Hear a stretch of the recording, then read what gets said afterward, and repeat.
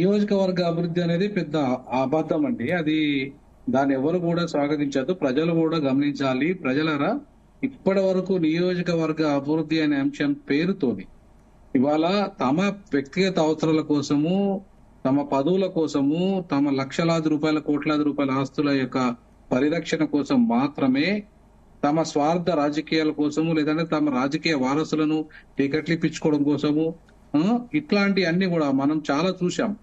వాళ్ళ కడియం శ్రీహరి గాని, దానం నాగేందర్ గాని, ఇట్లా ఎవరైతే 10 మంది పోయారో వాళ్ళు ఎవ్వరు కూడా నిజాయితీ పరులు కాదు, నీతిమంతులు కాదు. వాళ్ళంతా అవినీతి పరులే. ఎవరు దాంట్లో మేము నిజాయితీగా మేము ప్రజల కోసం, ప్రజల అభివృద్ధి కోసం అని చెప్పమని దమ్ముంటే చెప్పే ధైర్యం లేదు, ఆ పరిస్థితి కూడా లేదు. కాబట్టి ఇది కేవలము రాజకీయ ప్రయోజనాలు, వ్యక్తిగత ఆస్తుల పరిరక్షణ కోసము, పదుల కోసం మాత్రమే పోయింది తప్ప ప్రజల కోసం కాదనేది స్పష్టంగా మనకు అర్థమవుతుంది. ఇక రెండో అంశానికి వస్తే, దిలీప్ గారు చెప్పాలి ఇవాళ అసలు రాజకీయ విలువలని దిలీప్ గారు కాంగ్రెస్ పార్టీ పాటిస్తుంది అనుకుంటుందా, లేకపోతే తొంగలో బీఆర్ఎస్ తొక్కింది కదా మేము కూడా తొక్కుతామంటే, మరి మీ పార్టీ 130 సంవత్సరాల పైగా చరిత్ర ఉన్న పార్టీ, మీ పార్టీకి విలువలు లేకుండా మీ పార్టీ డిక్లరేషన్, ఏఐసి డిక్లరేషన్ లో తీసుకున్న నిబంధనలు కానీ, మీ పార్టీ భోపాల్ డిక్లరేషన్ కానీ, మీ పార్టీ హర్యానాలో అధికారంలోకి వచ్చినప్పుడు అంటే మీ పార్టీ తీసుకున్న నిర్ణయాలను మీరే తుంగలో దొక్కుతారా? ఇంకో పార్టీ నుండి రాజీనామా చేయకుండా వస్తే వాళ్ళని ఎట్టి పరిస్థితుల్లో మేము అంగీకరించమని రాహుల్ గాంధీ స్పష్టంగా చెప్పాడు. మీ డిక్లరేషన్ లో, మీ పార్టీ డిక్లరేషన్ ఉంది. మరి మీ పార్టీ డిక్లరేషన్ మీరే ఉల్లంఘిస్తే మీకేం నిజాయితీ ఉన్నట్టు, మీ పార్టీకి ఏం నిజాయితీ ఉన్నట్టు? వాళ్ళ ఇప్పుడు బీఆర్ఎస్ పార్టీని మీరు అన్నప్పుడు మీకు అసలు నిజాయితీ ఉంటే కదా అనే అధికారం ఉంటది. వాళ్ళకు అసలు పెన్షన్ కూడా రద్దు చేయాలండి. వాళ్ళ జీతాలు అప్పుడు ఒకటే కాదు, వాళ్ళందరికీ పెన్షన్ కూడా ఇవ్వద్దు ఇట్లాంటి వాళ్ళకు. ఎందుకంటే ప్రజల సొమ్ము అండి ఇది, ప్రజల సొమ్ము. ప్రజలు ట్యాక్సీల రూపంలో కడుతున్నారు డబ్బులు. ఆ డబ్బులు వీళ్ళ జేబుల్లోకి ఇప్పటికే అక్రమాలు, చెరువులను కబ్జా చేసి, భూములను కబ్జా చేసి, అనేక రకాల వేల కోట్ల రూపాయలు సంపాదించిన వీళ్ళందరూ కూడా ఈ 10 మందిలో ఎవరు నిజాయితీ పరలేరు. గతంలో పోయిన వాళ్ళు నిజాయితీ పరులు కాదు, ఇప్పుడు పోయిన నిజాయితీ పరులు కాదు. కాబట్టి వీళ్ళందరి యొక్క ఎవరైనా సరే ఇవాళ చట్టాన్ని, రాజ్యాంగాన్ని ఉల్లంఘించినప్పుడు ఒక్కొక్క దేశంలో దేశాధ్యక్షులకు శిక్ష చేస్తున్నారండి. దేశ అధ్యక్షులకు, దేశ ప్రధానమంత్రులకు శిక్ష చేస్తున్నారు. వీళ్ళెంత, వీళ్ళ విషాదం ఎంత?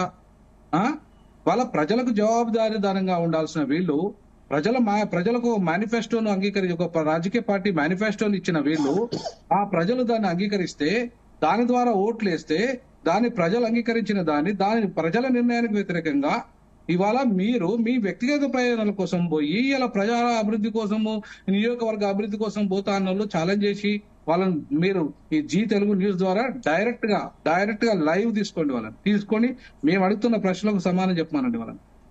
ఎందుకంటే ప్రజలకు జవాబుదారీతనంగానే ఉంది ప్రజాస్వామ్యం అంటేనే ప్రజలకు రిప్రజెంటేటివ్ డెమోక్రసీ. ఇది రిప్రజెంటేటివ్ డెమోక్రసీ అంటే you are representing to the people in the assembly, in the parliament, in the gram panchayat, in the mandal level, in the ZP level.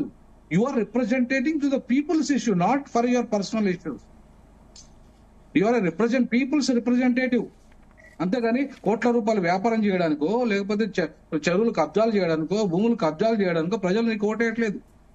ప్రజలు ఎందుకు ఓటేస్తున్నారు? ప్రజల సమస్యల్ని చర్చించి ఒక సముచితమైన నిర్ణయాలు తీసుకొని ఆ నిర్ణయాలను పాలసీ రూపంలో తీసుకొచ్చి ఆ పాలసీలను అమలు చేయమని నీకు ఓటేస్తున్నారు.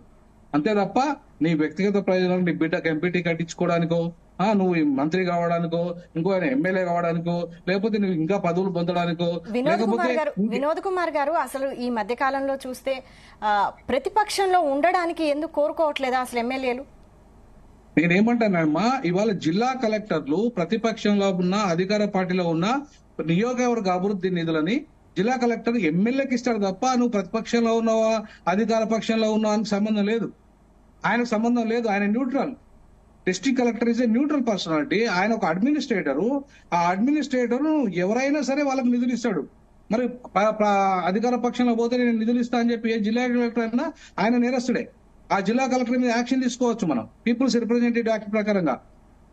మరి అట్లాంటి పరిస్థితులలో జిల్లా కలెక్టర్లు ఇవాళ వాళ్ళందరికీ నిధులు ఇస్తున్నప్పుడు నువ్వు నియోజకవర్గ అభివృద్ధి పేరు మీద ఎట్లా పోతావని చెప్తావని అధికార పక్షంలో ఉంటుంది, నువ్వు ప్రతిపక్షంలో ఉంటుంది. నీకు నిధులు వస్తున్నాయా లేదా? నీ నియోజకవర్గ అభివృద్ధికి నిధులు వస్తున్నాయా లేదా? రాకపోతే నువ్వు స్పీకర్ దరఖాస్తు ఇవ్వండి. మీరు ఒకవేళ ఏ కలెక్టర్ ఇంతకు ముందు బీఆర్ఎస్ గవర్నమెంట్ ఉన్నప్పుడు రాజగోపాల్ రెడ్డి ఇదే ప్రాతిపదికన పార్టీ మారారు కదా, నిధులు రావట్లేదు, నిధుల కోసమే వెళ్తున్నా, అభివృద్ధి కోసమే వెళ్తున్నా అని. శుద్ధ అబద్ధం అండి, అది శుద్ధ అబద్ధం.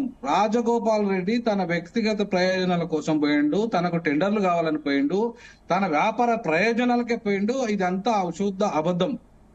నిజంగా రాజగోపాల్ రెడ్డి ఉంటే ఆయన ప్రజలు ఆ కలెక్టర్ ఎవరైతే ఉన్నారో ఆ కలెక్టర్ గారిని మనం ఇవాళ ఆ జిల్లా కలెక్టర్ ఎవరైతే ఉన్నారో ఆ జిల్లా కలెక్టర్ ను ధైర్యంగా ఓపెన్ గా రమ్మనండి, ఛాలెంజ్ చేసి అడుగుతున్నాము. ఆయనను రమ్మనండి. జీ తెలుగు ద్వారా నేను సవాలు విసిరదలుచుకున్నా. రాజగోపాల్ రెడ్డి వ్యక్తిగత ప్రయోజనాల కోసం పోయింది తప్ప నియోజకవర్గ ప్రజల అభివృద్ధి కోసం కాదనేది స్పష్టంగా ఎన్నికల్లో కూడా ప్రజలు ఆయనకు బుద్ధి చెప్పిండ్రు. పార్టీతో సంబంధం లేకుండా నిధులు అన్ని నియోజకవర్గాలకు సమానంగా పంచుతుందంటారా గవర్నమెంట్?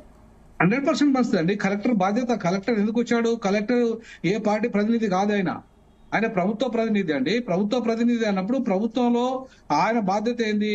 ఆయన బాధ్యత ఎస్టిమేషన్స్ వచ్చిన తర్వాత ఆ ఎస్టిమేషన్స్ అప్రూవల్ అయ్యి ఆయా కాన్స్టిట్యున్సీలలో ఏ ప్రజల సమస్యలు ఉంటాయో ఆ ప్రజల సమస్యల్ని ఇవాళ పరిష్కరించాల్సిన బాధ్యత ఒక జిల్లా కలెక్టర్ గా ఆయన మీద ఉంది.